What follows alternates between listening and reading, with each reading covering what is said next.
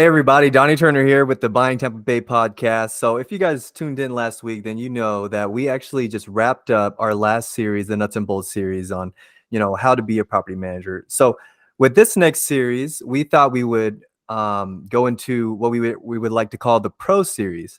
Now, one of the advantages, right, of being in the business for so long, having so much experience, is having a well-balanced, experienced team. I think there's no individuals in this business. You need your lenders, you need your inspectors, you need all kinds of people to make the business work. And today we're going to be talking about mortgage lending, one of those things that is on top of everyone's mind these days with the fluctuation of rates and Jerome Powell all of a sudden becoming a hawk, it seems, coming out of his cave. And next week we're going to go into home inspections and just further into this series, continue talking to professionals that we work with and every single day, ranging from insurance, title, banking, all kinds of stuff, even going into the trades later on into the future. So I'm very glad to intro the people that we're speaking with today. Of course, we always have our two co-hosts, Peter Murphy. Hey, what's going on, guys? And Chase Clark. Yeah, good morning, everybody. And today we're joined with our first pro in this pro series. As I mentioned, we're talking about mortgage lending. So we're actually talking to Kyle Edwards from First Horizon Bank. Good morning. Thanks for having me, guys. Great to have you. Yeah, guys. Hey, we're really excited this morning to have Kyle with us. Kyle's been a friend of ours, for a long time now, met back in college. But most importantly now, as far as the podcast goes today, he's one of our most trusted mortgage lenders that we've done a lot of deals with. We've referred a ton of buyers to him. And we want him to come on today to kind of tell us a little bit about the mortgage industry and kind of what's going on today. What are some of the things that are being impacted in that industry via rates and terms, and how we as investors and also for our end unit buyers can view the mortgage industry, how it can help us, what are some things out there that we need to be aware of. So Kyle's been doing this a long time, and that's why we're bringing him on today, not just because he's one of our good friends. He's one of the best. He's been at this for over 20 years now, I think 21 years in the business. He's done this at multiple banking institutions. He's been both a mortgage banker and a mortgage broker. Been with 8 different banks in this area and done, I don't know at this point, Kyle, probably hundreds of millions of dollars in loans. Oh, yeah. And so he's seen it all. And that's why he's one of our trusted partners and one of our members of our team, if you will, here on the mortgage lending side. So glad to have you with us this morning, Kyle. Thanks for coming on the pod.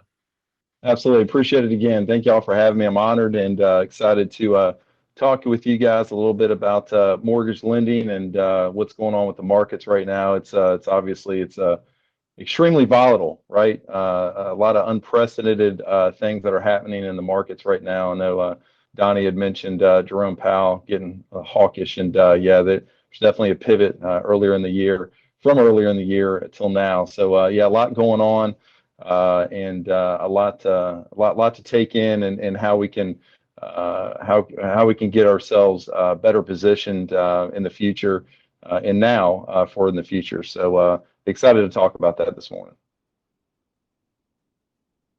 So I know that one of the questions that you guys had for me was what's my competitive advantage as a lender, right? So I've been a broker, been a lender, I've done both, and been doing this for almost 21 years. And a lot of people ask me, hey, what's one of the things that makes you successful in the business? And it's pretty simple. It's just being honest with people, setting the expectations up front, and just calling people back. It's a very simple thing. There's been a black eye on our industry for years in terms of people just having bad experiences, and obtaining a mortgage, purchasing a home. It's one of the biggest financial decisions that you'll ever make, and you definitely want to be aligned with someone who's going to be honest with you, who's going to give you sound advice, and who's going to help you along the way. And it's a very simple thing to do. And I've probably have lost some business through the years in terms of telling people maybe what they what they need to hear, not what they necessarily want to hear, and just educating them, and I think that's important in this big decision that people are making. And again, it's all about trying to trying to help people, educate them, and getting them on the right track. And sometimes it's all about getting them into a mortgage product that's going to be best suited for them, for their future, for their family. So I think that's in terms of a competitive advantage, I think that's one of them, because sometimes people aren't. It's difficult to tell people sometimes what they don't want to hear, right? I've never had a problem with that, as long as I'm being honest with them, right? So that's just one thing I pride myself on is just being honest with people and just telling them Kyle, what's going to be best for them. Yep. Yeah, explain to me. Yep. Sorry to interrupt. Yeah, you're good. You're good. Go ahead. Yep. To our connections, but explain to me what that looks like exactly. Why would you have to tell someone something they don't want to hear, and where would they go to get different information that would help them buy a house? I mean, it seems to me that buying a house is a fairly solid set of facts, and when they're getting a loan in order to qualify for a home, they've got to be within a certain bandwidth, and you couldn't lie to someone, or a broker couldn't lie to someone or deceive someone and help them get a loan, right? They're going to fall within certain qualifying criteria, right? So tell me what that looks like and how you've had to do that. Sure. So it's all about setting expectations, right? So in our industry, when people call up and they want to get pre-approved, pre-qualified, whatever it is, right? It's it's pretty simple. You pull credit, you try to fit them into the criteria, and unfortunately, what a lot of folks do in my industry, and originators and bankers, and again, I'm painting this with a very broad brushstroke, right? But I still see this today, is that they're like, oh yeah, you're good, you're golden, you're fine, your credit score's okay, it's not the greatest, but we can get you done, we can get you pre-approved, and they issue a pre-approval letter. But it's a lot of times it's not worth the paper it's written on, right? They don't set the expectations. They don't tell them, well, you're going to need 5% down, or you're going to need 10% down, or whatever it is, and they might have some credit blemishes that the lender doesn't necessarily go over with them and say, well, you might need to pay off a collection, you might need to pay down some credit card debt to improve your credit score. They don't set those expectations up front. So the problem is, in terms of, and I don't like using the word lie to them, but they're not necessarily forthright. So and I just a couple weeks ago, just a case in point, I had a client that called me, husband and wife. They called and said that we were talking to this lender, we were under contract, we're set to close in 3 weeks, and now we're hearing that we need like $13,000 more at closing than we needed before. And I was like, that doesn't make a lot of sense. Why? So once I got into it with them, I found out that the rate was not locked. The rate that they qualified them at was much lower up front than it is today, and they hadn't locked their rate. Now it's going to take $8,000 to buy the rate down to get them qualified at a particular interest rate, so they can get them through underwriting. So right. It's they just didn't explain all that to them. So anyway, our rate was better. We got them locked in, and they're closing in a week and a half. So those types of things, Peter. It's not about telling them, lying to them, point blank up front. It's just not setting the correct expectations up front. And it's and like I said, a lot of times it's setting those expectations up front. It's sometimes it's not what they want to hear, right? Maybe they need a little bit more money down, and they have to go to a family member to get a gift or something like that, or maybe they have to dip into a 401k program, their 401k to get a little bit extra cash out, those types of things. So it's all about, as being a good originator, being a good mortgage banker, it's all about setting those expectations and not over promising and under delivering it, trying to do the opposite, right? I get it. Yeah, we have the same thing in our industry, where we have professionals who don't seem to be able to articulate fully the process and the obligations of the parties in the process. And so folks are constantly being caught unawares of some financial of some cash outlay that they're going to need to have, or some process that's going to be far more complicated than they thought it would be. So it sounds like to me, you do a really good job of articulating the full gamut of the process to your clients, so that they're not caught unawares when the real cash outlay or the real impact of their credit on their purchase decision comes to face them within the process. And so it sounds like you do a really good and clear job of that.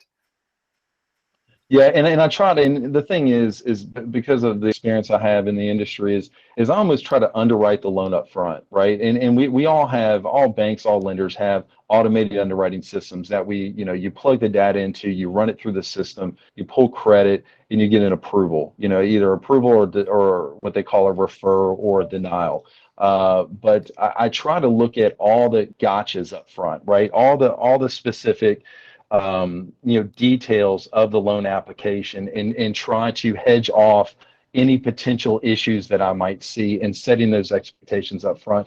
And when you do that up front, it makes for a much more, smooth process, a much more pleasurable experience in terms of going through the mortgage financing piece of it. And you create long-term sustainable clients and happy clients, Reagan fans, and obviously they'll come back to you year after year. So, can you explain then real? Oh, sorry, Chase. I was going to ask if you could explain some of those gotchas. For anyone listening to the episode who is a first-time home buyer, or maybe buying recently now where they haven't bought in a while, what are some of those gotchas, those pitfalls they've got to watch out for in their underwriting process that maybe weren't there the last time they bought a house, or aren't something they could find on a Google search? Yeah, so good question, Peter. So a lot of that, in terms of the first-time homebuyer programs out there, there are some, right? There's obviously one hot program right now is the Hometown Heroes program. That was one of the programs that was rolled out. Governor DeSantis kind of championed that with the Florida Housing Corporation. It's a Florida state bond program that offers up to $25,000 in down payment assistance, and it's really for there's I think over 40 or maybe 50 different career fields that are eligible for that program. Obviously first responders, military, medical professionals, not necessarily medical professionals, but anywhere in the medical field, teachers that are certified, that type of thing. Some of the gotchas with like that program is there's specifics on like debt to income ratio, right? So, they only go up to a certain debt to income ratio, or for instance, they have to be first time home buyers. For instance, I had a realtor that called me last week and said, hey, I got a wife, she's a teacher. I've got the boyfriend who wants to go on the loan with her. And he's, he works for families, like electrician or whatever, but really only one needs to fit into that career field in terms of being eligible for the Hometown Heroes. So she does.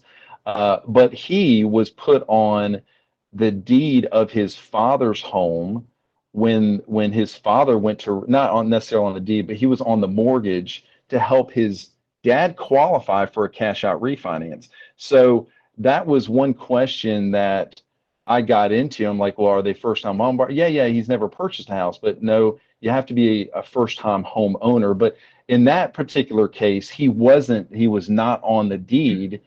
Therefore, and he hasn't lived in that home as his primary residence. So I had to dig into the guidelines, contact Florida Housing, the director of Florida Housing, to find out, hey, here's a very specific situation where he's on the mortgage, it's showing up on his credit report, but he's not on the deed, so he's not an owner of the home, and he hasn't lived there for the last 3 years, or it hasn't used as a primary residence. Would he still qualify as technically as a first-time home buyer? And the answer to that was yes, because he is not on the deed. So in that instance, those are one of those specifics that maybe originators wouldn't necessarily ask all those particular questions up front. So that's just one case in particular. But some of the other things that could be kind of gotchas, I guess you could say, especially with first-time home buyers, is some of the like reserve requirements and that type of thing. Those aren't necessarily needed, but like 401ks and that type of thing, if they have a loan on a 401k. We've got to take that in consideration, sometimes, but it really all depends. But each program is a little bit different, but it's just all about vetting the client up front, the way they should be vetted. So. Well, experience plays such a vital role in the mortgage business. There's so much to know. There's so many programs out there. There's so many regulations. There's so many gotchas, as you said, that can pop up in the application process that people wouldn't even think about necessarily. And Right. you working for First Horizon Bank, you're a mortgage banker, right? That's what we would call you. Right. Versus there's a lot of other lenders out there that are classified as mortgage brokers, right? Right. Mm-hmm. What's the difference there, and how much of that difference has to do with the way the bank trains and equips you to stay on top of stuff like this versus someone who might be a broker that's not part of a large institution like that? Yeah, so good question, Chase. So, I mean, the biggest thing is when you're dealing with a mortgage broker, it's, and I'm going to give an analogy here. It's almost like, are you going to hire someone to shop for a car for you? No, you're not. You're going to go direct to the dealer. You're going to get on, autotrader.com, cars.com. You're going to find the car yourself. Typically, with a mortgage broker, when you contact them, they take your application. They are having to package that loan, and they're having to find a wholesale lender that's going to take that loan. And generally, if the mortgage broker's experience, they're going to know where to go. They're going to have 4 or 5 different wholesale lenders that they'll go to, that they know what their guidelines are and that type of thing. But the mortgage broker is at the mercy of that wholesale lender, right? They'll take in the application, they'll kind of know what the guidelines are, but then they have to submit that loan to the wholesale lender for them to approve it, because they're going to be the ones that are going to be funding the loan. The broker doesn't fund the loan.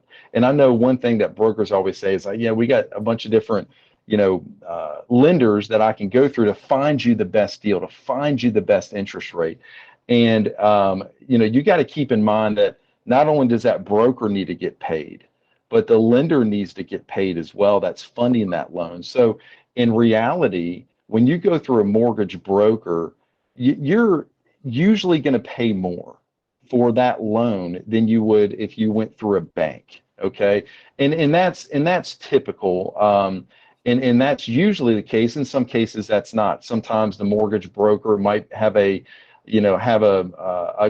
cream of the crop type of wholesale lender that's looking for, a 780 credit score, 80% loan to value, debt to income ratio that's really strong, that they might be able to send that loan through and actually get a better rate. But then you still have to pay that mortgage broker. So I would say 9 times out of 10, when you're going through a bank, it's going to be a more cost beneficial loan to the borrower than going through a broker, because of that middleman. That broker is a middleman. Okay, so that's really the difference. And the broker doesn't have as much control over the loan, over the client's loan application, than we do as a bank. And that's one of the things, kind of going back to a competitive advantage. Everything is in-house with us, right? In-house processing, underwriting, all that stuff. I have my own team of underwriters that I work through. I know them all. I kind of know what they're looking for. Each of them have their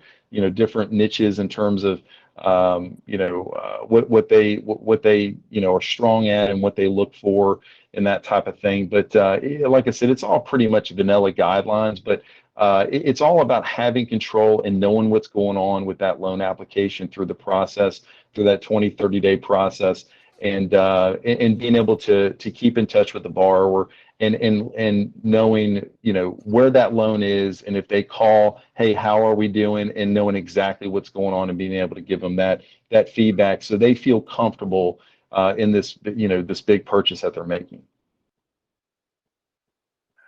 Well, Kyle, why would someone go with a broker then? I mean, if there seems to be some clear advantages to working with a bank from a cost standpoint and a knowledge and internal underwriting process and all that other stuff, why is someone picking up a phone and calling a mortgage broker?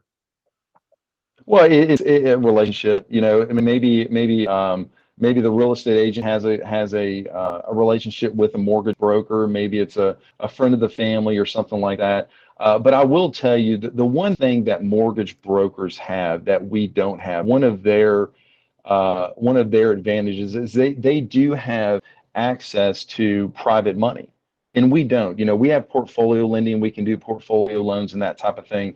But your bank statement loans, I don't want to go back to the term subprime, but obviously that was a big term back in the mid 2000s. But there's your limited documentation type loans that have come back into the market. They've been back in the market the last couple years or so. But those types of loans we don't have access to. We can't do a limited. Everything is fully documented. Everything is QM loans, qualified mortgages. So brokers do have that ability to get access to those types of loans. Obviously, they're going to be much higher interest rates. They're going to require more money down, that type of thing.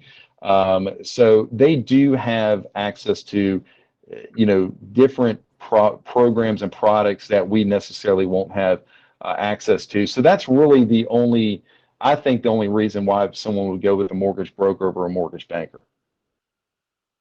So yeah, Kyle, you brought up, as you were talking about that, a couple of key things that are really part of the nuts and bolts of getting qualified for a mortgage that maybe we should address now for the audience. And in terms of getting qualified, you mentioned credit score, you mentioned debt to income ratio, right? Yep. So maybe talk a little bit about that. Like, where does credit need to be for someone typically to be able to qualify for a conventional loan or an FHA type loan?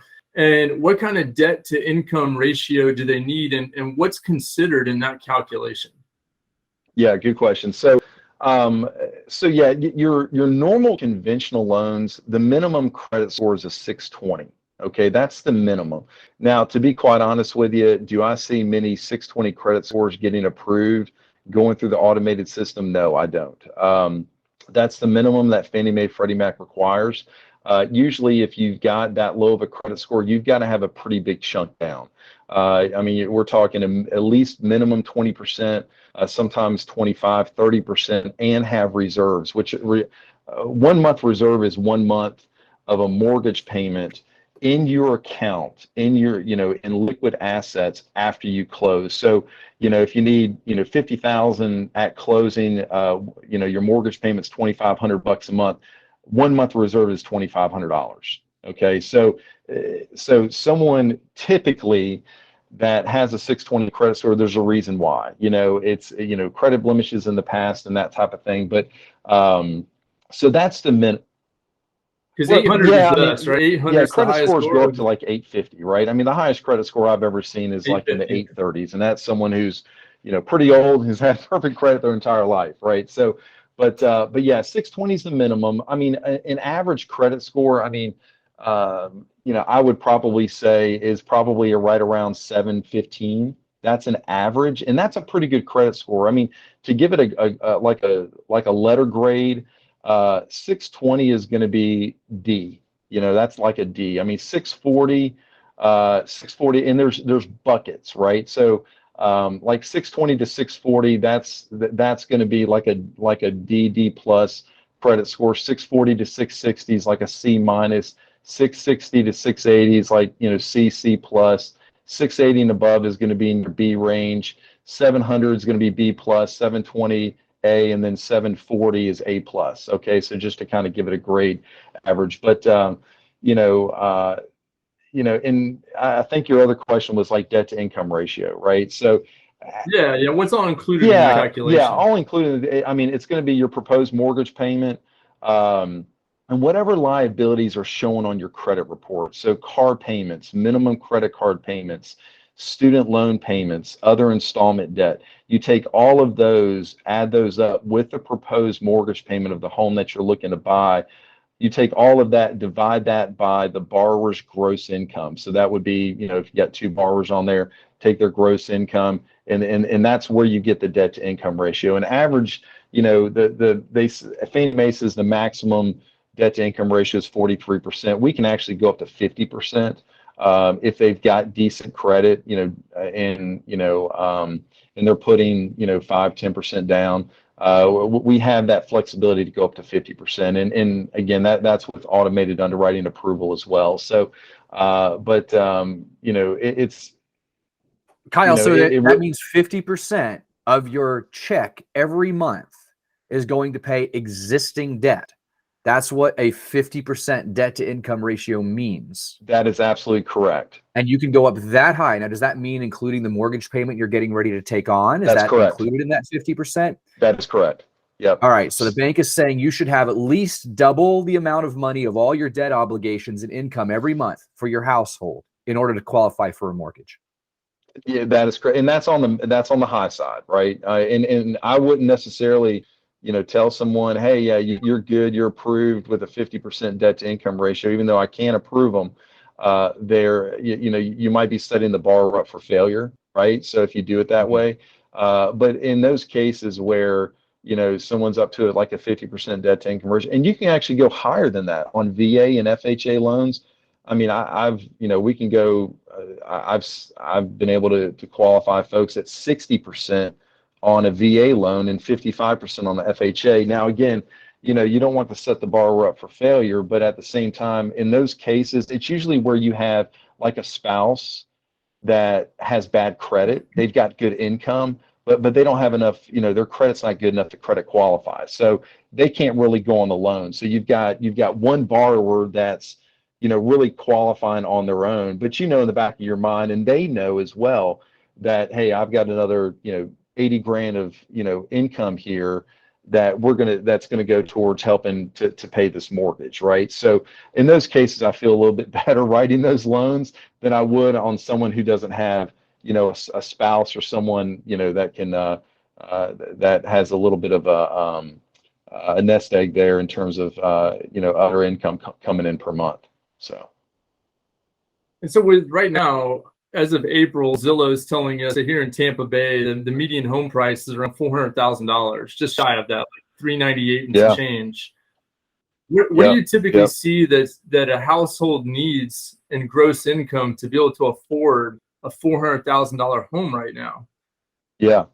So I mean, they pretty much chase. I mean, they got to be making 75 to 80 grand a year, okay, minimum, and really have no debt. I mean, maybe a small car payment, $200 a month.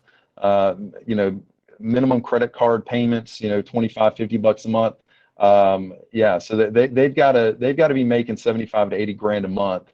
I'm sorry, a year salary to qualify for a $400,000 home, and that's pushing it. That's they're going to be maxed that's out. like no student loans, no big car no payment, no exactly. Mercedes in the driveway. Exactly. Like bare bones lifestyle. Yeah, if they've got a Mercedes and they've got some student loan debt, I mean, they've got to be making six figures. They really do. Yeah. And so what's that person bringing down to make a down payment on their house? What are you seeing commonly these days? Yeah, so commonly, Peter, I mean, I'm doing a lot of 20% down loans. Mortgages. I've got some that are, putting 10% down, 5% down, but the majority of conventional loans that I've been writing are 20% down. So the person who's buying a $400,000 home, right, is bringing $80,000 in cash to the table to buy that home. Yep. Right. Yep. And where that money's coming from, it's, either they sold the home last year and they've been living with parents, or, they're cashing out a 401k. It's a combination of maybe getting gift money from family, from their parents, that type of thing. So that it's really a combination of where that money's coming from. And I know some people have, they don't want to put all that money down. They want to, keep some money aside, for some improvements, new flooring, whatever, paint, whatever. So they might, put a little bit less down, but yeah, so that's really where that, where they're getting that down payment from. But yeah, I mean, we can do as little down as a 3% loan, 97% financing, but they do have to be a first-time home buyer to get that high LTV type of loan to qualify for that. Oh, I've got I got so that's so for your what you just said is they've got to have a full year of household income was what we talked about. That person who needs to buy an average home, they need to have that much money in the bank to make their down payment on their home, just at bare minimum. And then of course they've got some extra lying around to make some fix up, because everyone who's moving into an existing home wants Joanna Gaines it, right? So they want to make it beautiful. You can't just go with what's there. So that's interesting. When we talked about some of these minimum standards or minimal standards, and do you have any insight onto default, like someone who is coming with a 3% mortgage, or who's coming with a debt to income ratio of 50%, like they're spending half of their money on their debt every month? Do you have any insight onto whether or not those people are able to sustain their mortgage payments? Are they defaulting at a higher rate? Or are we in such a situation where people are putting down such a large amount of money that there's enough equity that we're not entering a big wide-scale default problem right now? Yeah, I mean, I haven't, in terms of, a crisis or a default crisis or anything, we haven't seen that, right? And the reason for that, Peter, is just the amount of equity they have in the home. And again, I mean, someone today buying, doing a 3% down program, we don't know what kind of equity they're going to have, but I mean, you've got to look at the past, right? So, 1 year, 2 years from now, and I mean, looking at a snapshot, of today, those people that put 3% down, a year ago or 2 years ago, yeah, I mean, they might have 20% of equity in their home, right? So, so they've got equity. So even though they might be having a hard time, making their mortgage payment, they're probably going to make it work because they don't want to lose that equity, right? So in terms of a default rate, in terms of those folks putting a very little down right now, we don't have any data on that right now. We will a year from now, but we're personally not seeing very, very minimum defaults right now, very minimal. So and I and there's probably reasons for that, but I think the main reason is that we've been in we're last year we're 30% from last year. Obviously the market has softened. You guys know that, you've seen that, and I think it's I don't think prices are declining. I think it's more of inflated prices are just coming back down to reality, right? So I think that's kind of where we're at. But yeah, in terms of answering your question, do I see a lot of defaults? No, we haven't seen those. We really haven't. So usually the default rate is going to be on your lower credit score borrowers, high LTV. So it's really going to be on your FHA loans more than likely, where you're going to see a higher default rate. But I really, over the last 2 years, as you guys know, I couldn't you can't get an FHA buyer to stick over the last 2 years, right? I mean, there was so much demand, so much competition, is that sellers could cherry pick the offers that they wanted, to consider, so that they weren't even considering FHA buyers at that time. So there really hasn't been many of those that have come to play. But historically speaking, the default rates usually come with your lower credit scores, higher LTVs, but we just haven't seen much of that over the last year or two. So Kyle, one of the biggest pain points, right? Even for me, as someone who's owned their home for my home and now I've owned for 10 years, and every year my property taxes are increasing. And I can expect that, I'm kind of protected by the 3% Save Our Homes Act in that regard, but 3% on a decent tax bill, still a couple $100 a year, it's going up. Then I get my notice for renewal for my insurance premium. And for what I feel like is no good reason, we haven't been hit with any hurricanes in Tampa in a long, long time, but they still want another 30% out of me every year, right? Oh, yeah. And then you got, if you're in an HOA, fortunately I'm not, but if you're in an HOA, that with all this inflation and rising costs, you're probably seeing your HOA payment go up. How does all this factor in, when you look at someone purchasing a new house? I mean, do you guys have to factor in the fact that in year 2, their insurance is going to be 30% higher, their property taxes may reset on them, whereas the current owner may only be paying $1,500 a year, they're going to be paying $4,000 a year when they buy this home and it resets with value? How do you factor that into qualifying someone? Yeah, good question, Chase. So yeah, I mean that's obviously a big thing right now. I mean, borrowers are facing so many different things. I mean, they're facing higher interest rates, property taxes, skyrocketing because of prices going up on homes, and then the cost of insurance, right? I mean, that is just it's crippling to a certain extent. Hoping it's getting a little bit better, but I'm not seeing it yet. My homeowners insurance went up 40% from last year to this year. So I'm just like, it's crazy. I haven't had a claim, and it's concrete tile roof. So I mean, you're just questioning, why in the world. But good question. So Chase, to answer your question, what we've been doing, one thing that we've always done in the past is when we qualify borrowers, we typically qualify them on the current property tax bill. But as of I guess you could say last year, what we've been doing, and I think it's really to the benefit of the borrower, is we're qualifying them at forecasted property taxes. So if the property taxes, like you said, currently are $1,500 a year on a $380,000 home because the seller, the owner has owned it for 20 years, those property taxes are going to triple. We are qualifying the borrower at those forecasted property taxes to make sure that they would still qualify when those taxes come into play. And a lot of times what we're doing as well is we're also escrowing those higher property taxes as well if the borrower is escrowing their taxes, so they don't get into an escrow shortage when that property tax bill comes due and we pay that form and they have a huge shortage. So we've been doing that for the last year. But I will tell you that a lot of mortgage companies out there, a lot of banks, they haven't been doing that.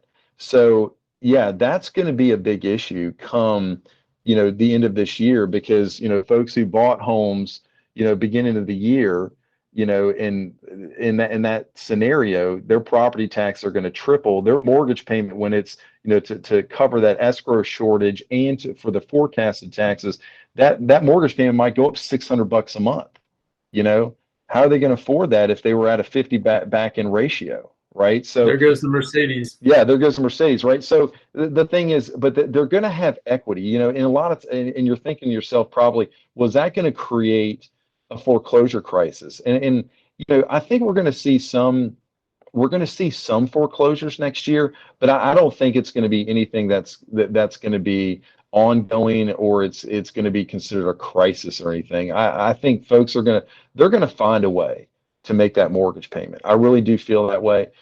They might have to cut certain things, but I think the folks that they're going to have a problem, or maybe folks that lose jobs, obviously in the market that we're in, recession, folks that are getting, might be getting laid off, and we're already seeing it. I mean, there's a lot of layoffs out there right now. So, and they're only going to get worse. So, those folks, hopefully they can find other jobs, but if they're not able to, they still got some equity in their home where they can sell it, and that's where the deals are going to be made, to be quite honest with you. I think first quarter of next year is where you're going to start seeing some of those deals come up, where buyers are going to have opportunities to purchase homes where folks can no longer afford their mortgage payment because property taxes, homeowners insurance, they've got huge escrow shortages, and their payment went up. I think you're going to definitely see some opportunities there next year. But is it going to be is it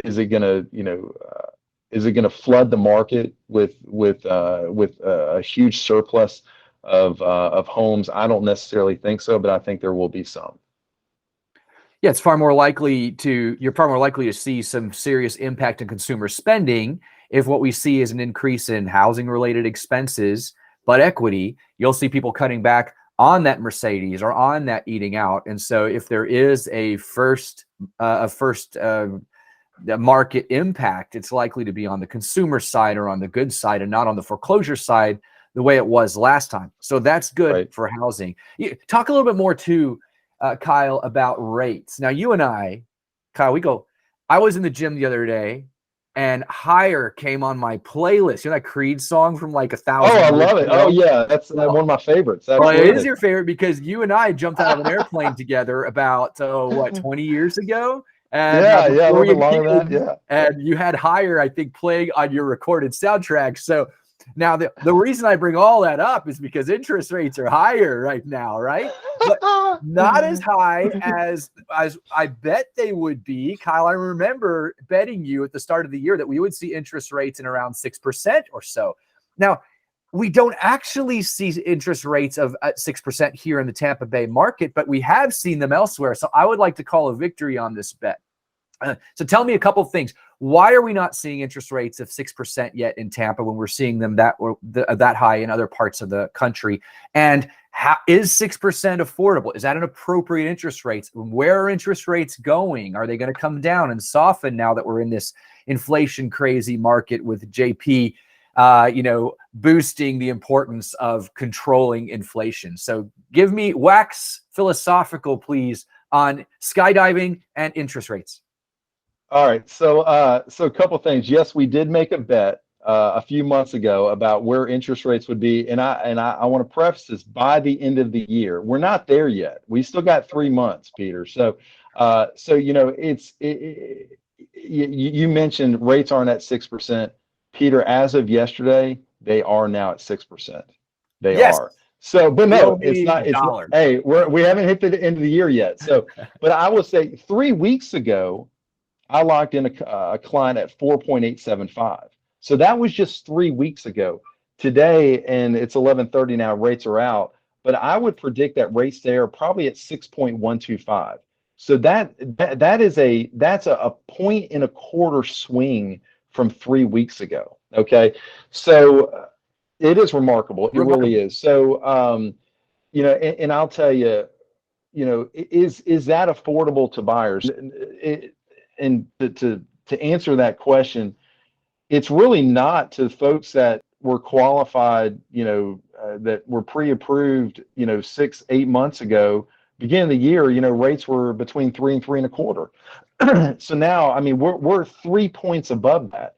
I mean, that's $150,000 of purchasing power gone because of the hike in interest rates. Okay. That's huge. So, I mean, when you were looking at, a $300,000 home, or let's just say a $400,000 home, back at the beginning of the year, and you were maxed out there, now you're down to 250. There's nothing out there. No, you can't buy anything.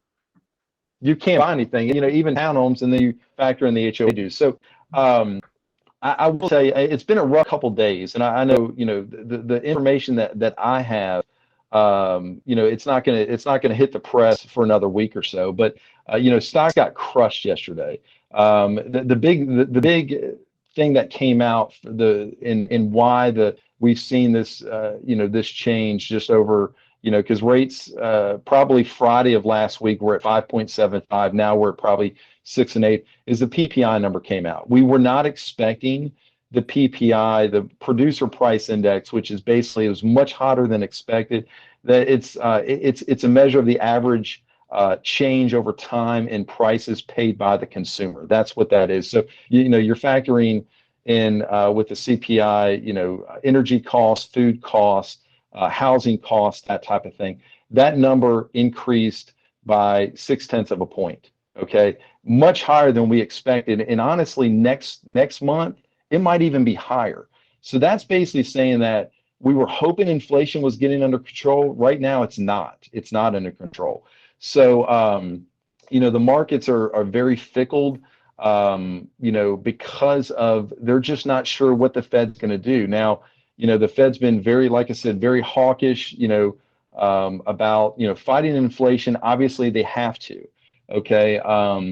But at the same time, they're also wanting to reduce the balance sheet. So these are unprecedented times. Anytime that you see where you see a negative GDP growth over 2 quarters, that's usually defined as a recession. You've never seen the Fed increasing interest rates into a recession, right? But they are, and they have to because of where inflation is, because of all the stimulus money that's been poured into the economy. And I feel like from now to the end of the year, you've got to keep one thing in mind. When the Fed says they're going to increase interest rates, then normal in layman's terms, the consumer thinks that when the Fed increases interest rates, that means it's long-term interest rates. And that's not the case. When they're increasing the federal funds rate, that's affecting, your prime rates, affecting home equity lines of credit, it's affecting auto loan rates, it's affecting credit card rates, that type of thing. And they're doing that to try to tamp down inflation. They're fighting that, and the Fed wants to create some unemployment to try to take some of the froth out of the system right now. But when they do that, and hoping by the end of the year, I would think October, November, probably maybe into December a little bit, we're going to start seeing inflation come down a little bit because of these rate hikes, because it does take time for these rate hikes to infiltrate the system and for consumers to stop spending. And when the Fed does increase short-term interest rates, when inflation starts to come down, that's going to preserve the value of long-term bonds. So when the Fed increases short-term rates, it's actually going to have a negative effect, or I guess you could say positive effect on long-term rates, and you're going to see long-term rates come down. So I think by the end of the year, Peter, I still think we're going to win that bet. I don't think rates are going to be at 6%. I think they're probably going to be closer to 5.5%. And that's what I told you from the very get-go. I think that's where they're going to be. Now, I could be wrong because, the one thing is the reason I say that is because I don't think that we can afford long-term interest rates to be at 6% or higher. Is that a good interest rate? Yeah. And in the long term, looking, when all of our parents bought homes, the rates were probably at 14, or their first homes, rates were 14, 16%. When I first got in the business in 2002, 2001, rates were in the lower sevens, and when they dropped down in the high sixes, it was a refinance boom, right? So we've been so spoiled for so long with rates so low, is that people just think that, man, 6% is just, and that's so high. But in the grand scheme of things, it's not that high of a rate. But I really don't think, with all the debt that we have, and we got 30 trillion in US debt, 16 trillion in household debt, that's 46 trillion reasons why I don't think that rates can stay above 6%. And really what's going to determine that is a 10-year treasury, right? I think that's going to dictate what the Fed can do and how far they can go. And I think that 3.5% on the 10-year treasury is kind of a line in the sand. Now, if we get above 3.5% on the 10-year treasury, look out, because it's going to be bad. And Kyle, a quick question on that, because the 10-year treasury, I was just looking at this. It actually peaked back in mid-June, and in mid-June it was right at 3.5, and we're not even back to 3.5 yet. We're just shy of 3.5, right? So I don't recall us seeing long-term mortgage interest rates spike in mid-June. I know they went up a little bit and then they came back down, but we've kind of seen this yo-yo, right, where we've got some ups, we got some downs, and they're just kind of hovering, trying to figure out what's going on. Absolutely, and you're right, and it's very interesting to point out that when the CPI number came out yesterday, that the 2-year treasury spiked. I mean, it was at a 15-year high. It hit like 3.72%, I think it was yesterday. But the 10-year didn't move that much. I mean, it moved some, but it didn't get up as high as it was back in, I think it was like June 19th, if I'm not mistaken. That was the other point where we got above 6%.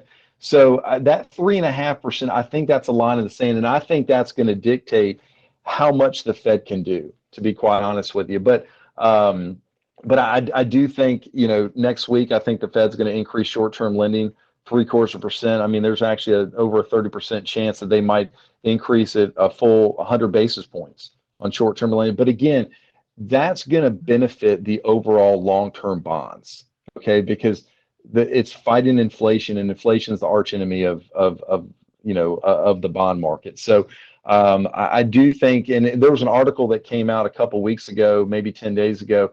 Fannie Mae predicted that rates are going to be at 4.5% next year. And I would have to concur with that as well. I do think that rates will drop down next year. They will, but it's going to be a very, very bumpy ride from here to the end of the year. It really will be in terms of interest rates. Yeah, it's interesting. It's on the minds of everyone, and not just for those looking to buy a home to live in right now, and with those concerns of affordability, but for investors too. Some of us investors out here, we got portfolio loans, with banks where our interest rates are adjusting every time the prime rate changes, and that's having a big impact on our interest rates. But even still, when we look at what investors can do out there right now, we're talking about a 6% rate for an owner occ. If I'm an investor looking to buy an investment property somewhere, what kind of rate am I looking at? And what might be the difference in what I've got to do as far as down payment and terms go versus an owner occupant? Yeah, I think Peter asked that question earlier too, and I apologize I didn't answer it. But yeah, so with investment purchases, investors, they've got to put at least 20% down. Okay. Usually if they put 25% down, that's going to give them a little bit of a break in the rate and the cost. But for investors, 20% down is going to be the minimum. Yeah, interest rates are tough for investments because the margins, these what they call risk-based pricing adjustments that Fannie Mae and Freddie Mac have come down with, they're so high for investments and second home purchases as well. And I'll tell you, back before April of this year, when you and this is just going to be kind of a side note, but when buyers wanted to buy a second home, they could get the same interest rates they could on a primary purchase. But now those rate adjustments for second home buyers are the same as investment. So there's no break in interest rates. So kind of going back to what the rate would be, I mean, you're looking at least 1.5 to maybe 2 points higher in rate for investors. And in addition to that, Chase, is that and in some cases it can be maybe just a point, but the problem is that the margins are so tight on the coupon discounts right now, is that in a normal market, we could build in a lot of those adjustments into the interest rate.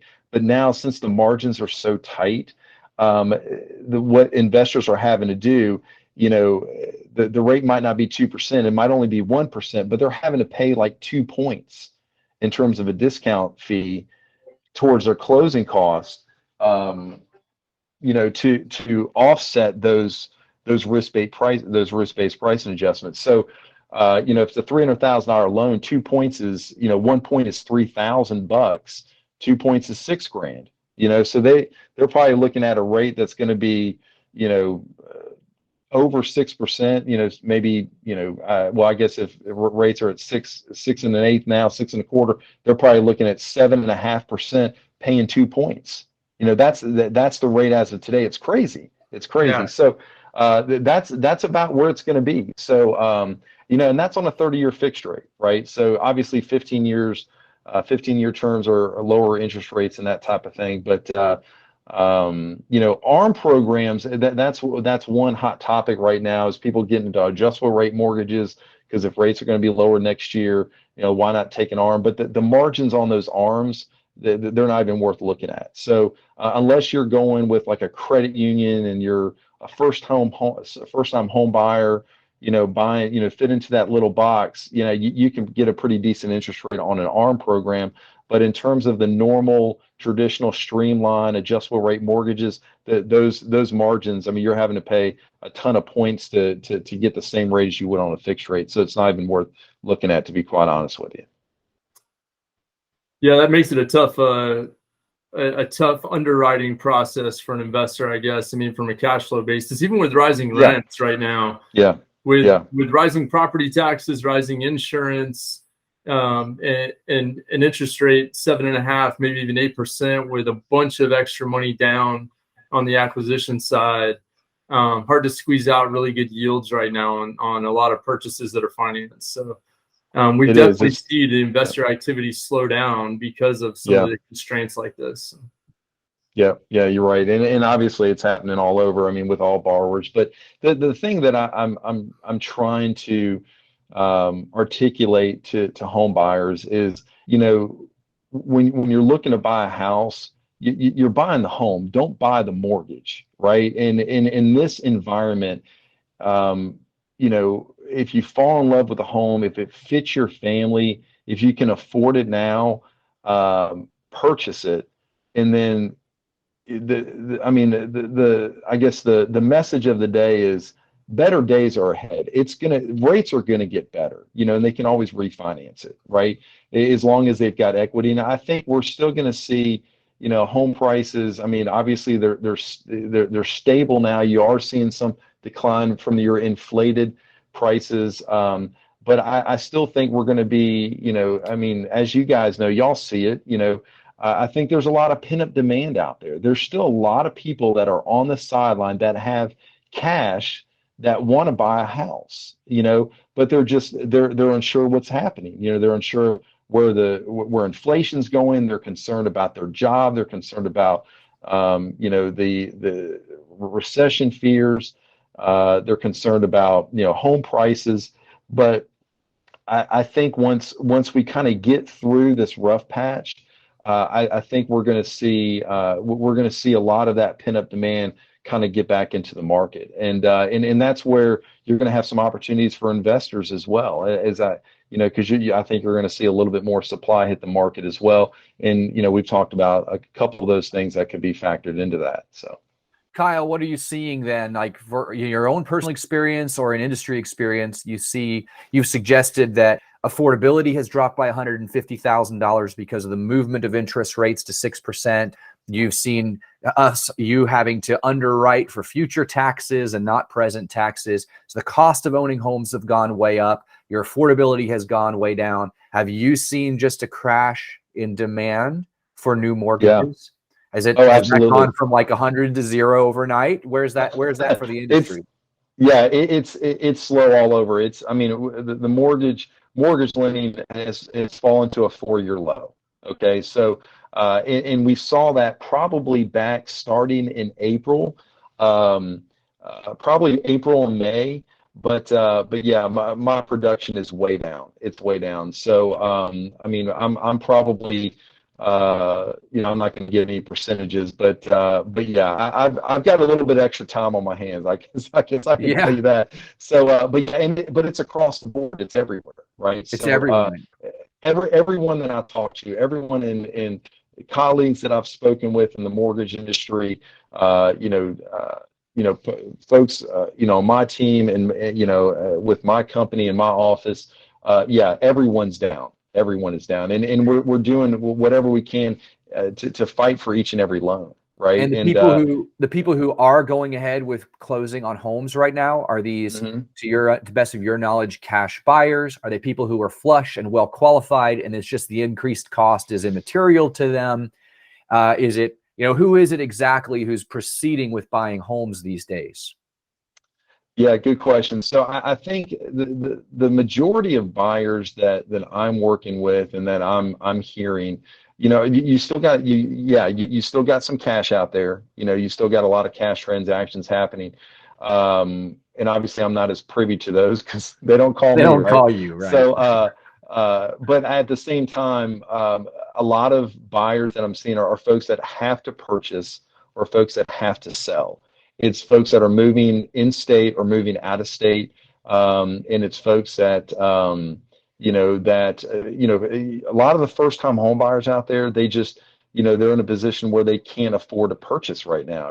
So they're getting roommates. They're still they're taking the rate increases on rents and that type of thing. So I still think that rents will be very, very strong for the coming years. But at the same time, the buyers that are out there, yeah, they are, for the most part, very well qualified. And it's folks that have to purchase or folks that have to sell if they're in a divorce situation or they're moving in state or moving out of state. Those are the primary buyers that I'm seeing right now. First time home buyers, they're just, they're shell shocked, right? if I talked to them last year, if they, even inquired on purchasing a home last year, the landscape it's turned on a dime. It's totally different right now. Yeah, I think you got some great advice for Tampa Bay home buyers right now, and that statement you made about buy the house, not the mortgage. If you can afford it, go ahead and buy it, because the reality is right now, if you need to buy something, there's very limited inventory. Exactly. Of really good product. I mean, inventory's been on the rise, but if you look at what's out there, there's still a lot of people with that shoot the moon pricing, trying to get, last year's prices for their house, and may not be able to get it now just because of the affordability of rates and things like that. But yeah, buy the house, not the mortgage. I think it's really good, positive outlook for people, and that, hey, things are going to get better. Rates aren't going to 10, they're probably not going to 8. Hopefully we'll, as you said, with Fannie Mae forecasting next year, we'll be back down at 4.5, which is a fantastic rate. I remember when I bought my first home, my first rate was 6 3/8. That was 2001. End of 2001, beginning of 2002. 6 3/8. Thought it was great. Then I ended up refinancing, I think, at like 5 7/8. The next year after. And that was fantastic. Loved it. And that's where we're at now. But prices have gone up quite a bit. Where prices go, we don't know. I think they are kind of steady right now, which is good. If you're an investor out there, some of us in the back of our minds are thinking, man, I'd love to see another housing crash. Give me some of that. Give me some of that 2008 pricing again, right? 10 cents a dollar. I'd love to have that, right? Especially if you got cash on the sidelines. But for the economy as a whole, and for owner ox out there, we definitely don't want to see anything that's going to devastate the world like it did back then. And nor do we have to. Nor do we have to.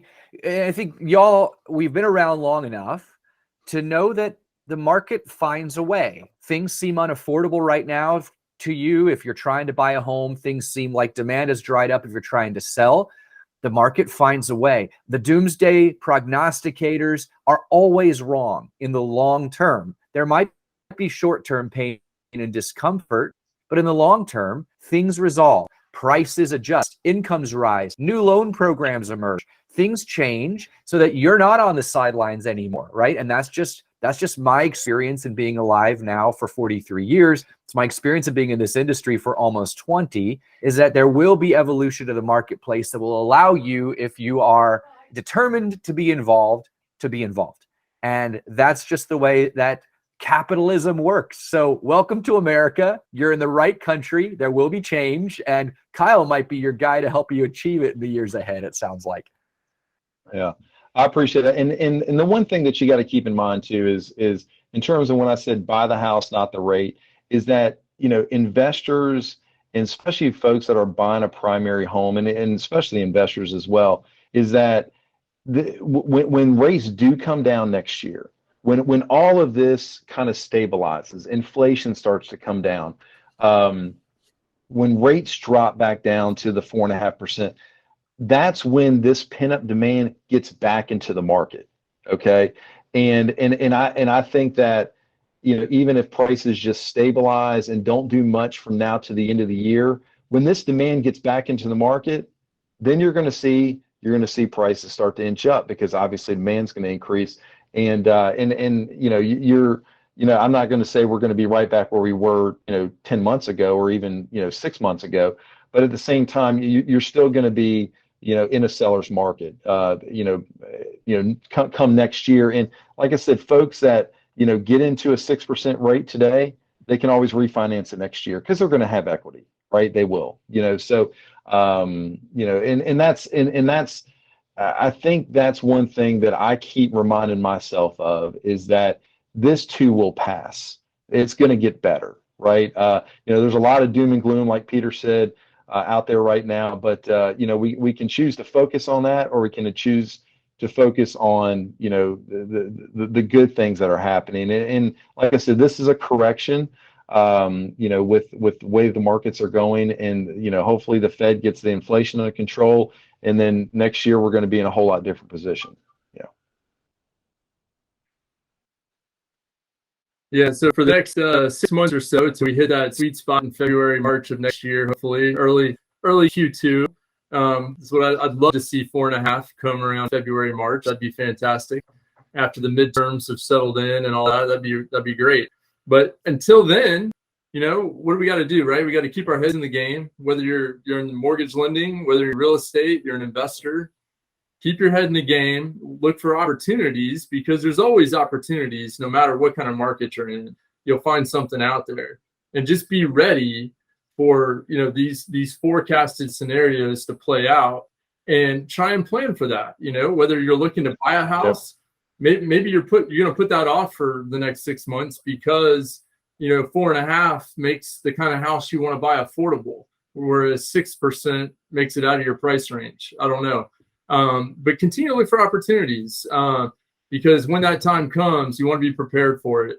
If you're an investor, you want to know how that's going to impact your portfolio, how it's going to impact your ability to maybe flip houses, or how it's going to impact rents and affordability on that side.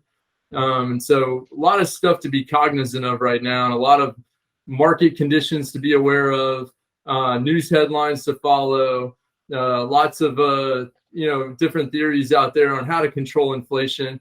All we see right now is gas prices have ticked down just a little bit. Still got a long way to go, but that right there has been the main driver, in my opinion, of why we see groceries so high. You got to truck these things to the store, but the supply side still has to get fixed, and hopefully we'll see that loosen up as we come to the end of this. What's been a really interesting, fun, and crazy 2022 so far. Agreed. It sure has. Yeah. It's like skydiving, right? So when you jump out of a plane, you got that rush. That was like the beginning of the year, and then come April, that's when you land, and it's all over, right? In one piece, and we did it, and we're better people because of it, right? Absolutely. Those are all the life lessons we'll take from that, right? Oh, I love it. We got to do it again, Peter. Hey, man, when my kids are out of the and Donnie got to join us next time. Yeah. I got to start thinking about my soundtrack. Hey, Creed's going to be on mine, that's for sure. Maybe some Nickelback, 3 Doors Down. Let's go all the way back. Donnie doesn't remember any of those. They were before he was born, right? Yeah, Donnie? Donnie's like, man, that's Chumbawamba like would be a good opener. Well, I appreciate it, guys. Yeah, if anyone, any of your viewers or listeners have any questions, feel free to contact me. You can find me on, just Google Kyle Edwards, First Horizon Bank. All my contact information will be in there.